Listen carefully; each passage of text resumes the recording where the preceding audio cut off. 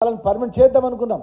కానీ కోర్టుల కేసులు వేసి రకరకాలుగా ఈ ప్రభుత్వానికి ఎక్కడ మంచి పేరు వస్తుందని చెప్పి ఇబ్బందులు పెడితే అయినా సరే ప్రభుత్వ ఉద్యోగులకు సమానంగా వీళ్ళకు కూడా పిఆర్సీ ఇస్తామని చెప్పి ఈ భారతదేశంలోనే అత్యధిక పిఆర్సీ ఇచ్చినది తెలంగాణ ప్రభుత్వం పర్మనెంట్ ఉద్యోగులు. అదేవిధంగా అవుట్సోర్సింగ్ ఉద్యోగులు కూడా పిఆర్సీ ఇచ్చినటువంటి చరిత్ర టీఆర్ఎస్ ప్రభుత్వానికి ఉంది. మరి ఇవాళ ఏంది అవుట్సోర్సింగ్ సిబ్బందిని 1,25,000 మంది పైన వాళ్ళపైన వెయిట్ వేస్తాం, వాళ్ళని తీసేస్తామంటే ఎంతవరకు సమంజసం చెప్పండి. వీళ్ళని తీసేస్తామంటే వాళ్ళ జీవితాలు ఏమైపోవాలా? వాళ్ళని తొలగిస్తే వాళ్ళు ఎట్లా బతకాలి? వాళ్ళ పిల్లంపిల్లు ఎట్లా బతకాలా? మీరు 2 లక్షల ఉద్యోగాలు రిక్రూట్మెంట్ చేసిన తర్వాత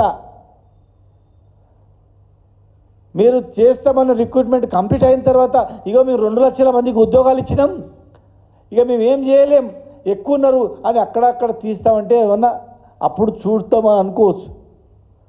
అసలు ప్రభుత్వంలో పనిచేసేది అవుట్సోర్సింగ్ ఉద్యోగులు, పర్మనెంట్ ఉద్యోగులతో సమానంగా పనిచేస్తున్నారు. ఇంకా కొన్ని సందర్భాల్లో ఎక్కువ గంటలు పనిచేస్తున్నారు వాళ్ళు. ఎందుకంటే ఒక భరోసా లేదు అక్కడ, ఏదో సాకుతో వేధిస్తారు, తీసేస్తారేమో భయంతో.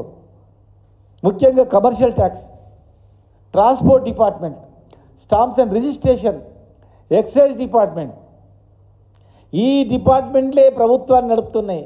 ఈ డిపార్ట్మెంట్ నుంచి వచ్చిన ఆదాయంతోనే గవర్నమెంట్ నడుస్తుంది. మరి ఆ డిపార్ట్మెంట్లో హయ్యెస్ట్ పనిచేసేది వీళ్ళే, రేయి బగలు కష్టపడేది వీళ్ళే. భయంతో గతంలో పనిచేశారు. తెలంగాణ వచ్చిన తర్వాత మమ్మల్ని తీసేయరు, పర్మనెంట్ చేస్తారు అనుకున్నారు. పర్మనెంట్ కావడానికి ఇబ్బందులు పెట్టినా పిఆర్సీ ఇచ్చినప్పుడు సంతోషపడ్డారు. ఇక మనం భరోసా ఉందిలే. ఇవాళ మీరు 2 లక్షల ఉద్యోగాలే మీరు రిక్రూట్మెంట్ చేయలేదు, ఉన్న ఉద్యోగాలు తీసేస్తామంటే ఎట్లా? కొండ నాలుగు మంది పెడితే ఉన్న 4 ఊడిపోయినట్లు.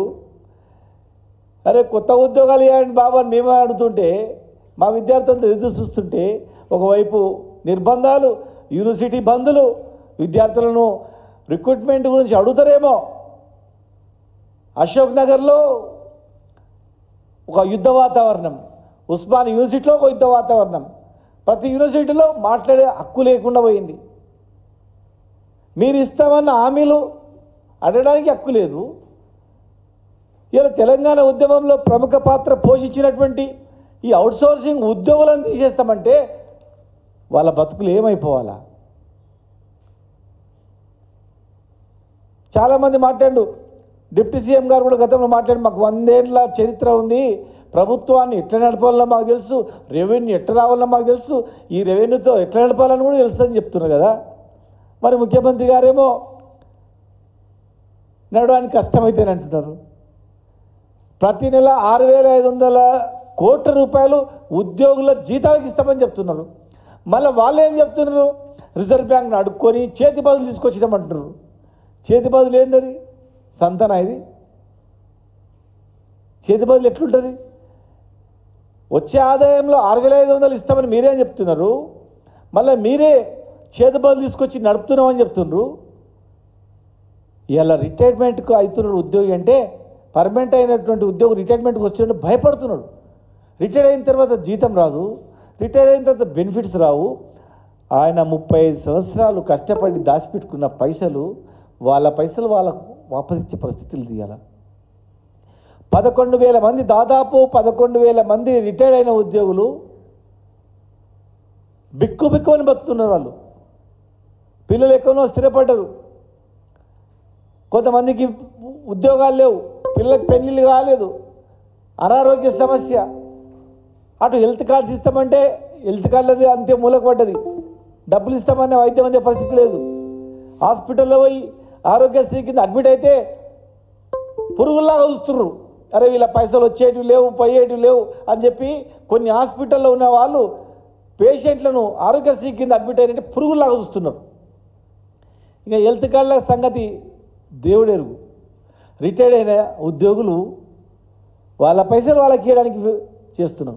మేము ఒకటే డిమాండ్ చేస్తూ ఉన్నాం, మీరు భూములు అమ్ముతాం లేకపోతే ఇంకేది అమ్ముతాం, అక్కడ ఫార్మసిటీలో అది చేస్తామంటారు కదా, ఫస్ట్ ఆ పైసలతో ఇమ్మీడియట్గా రిటైర్మెంట్ అయిన ఉద్యోగులకు వాళ్ళ పైసలు వాళ్ళకి వాపస్ ఇవ్వండి.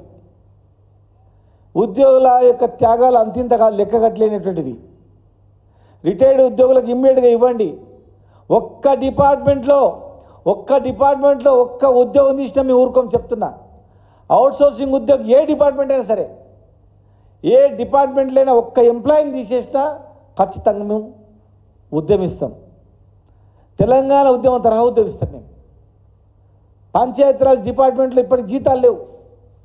మున్సిపల్ అడ్మినిస్ట్రేషన్లో అవుట్సోర్సింగ్ వాళ్ళకి జీతాలు లేవు. చాలా డిపార్ట్మెంట్లో అగమ్య గోచరం ఉంది. సర్వశిక్ష అభియాన్లో ఇంకా కొన్ని డిపార్ట్మెంట్లో పర్మనెంట్ చేస్తాం, ఛాయాదాయ లోపల జీవో ఇస్తామని చెప్పారు ఎలక్షన్ల కన్నా ముందు. వాళ్ళు అడుగుతున్నారు, సార్ ఛాయ్ ఆపండి సార్, మమ్మల్ని పిలిచి ఛాయ్ ఆపండి అని. ఛాయ్ లేదు, బిర్యానీ లేదు, టిఫిన్ లేదు, అసలు పిలుసుడు లేదు, చూసుడు లేదు. ఉన్న వాళ్ళని పీకేసుడే ఉంది అంతే. పీకుడు తప్ప వేరే ఏం లేదు. ఇక గంటకు ముందు మరి అదే కేసీఆర్ నడిపిండు కదా, మరి అవి ఎక్కడ పోయినాయి? ఎట్లా నడిపినా మరి కేసీఆర్ గారు ఎట్లా నడిపిండు?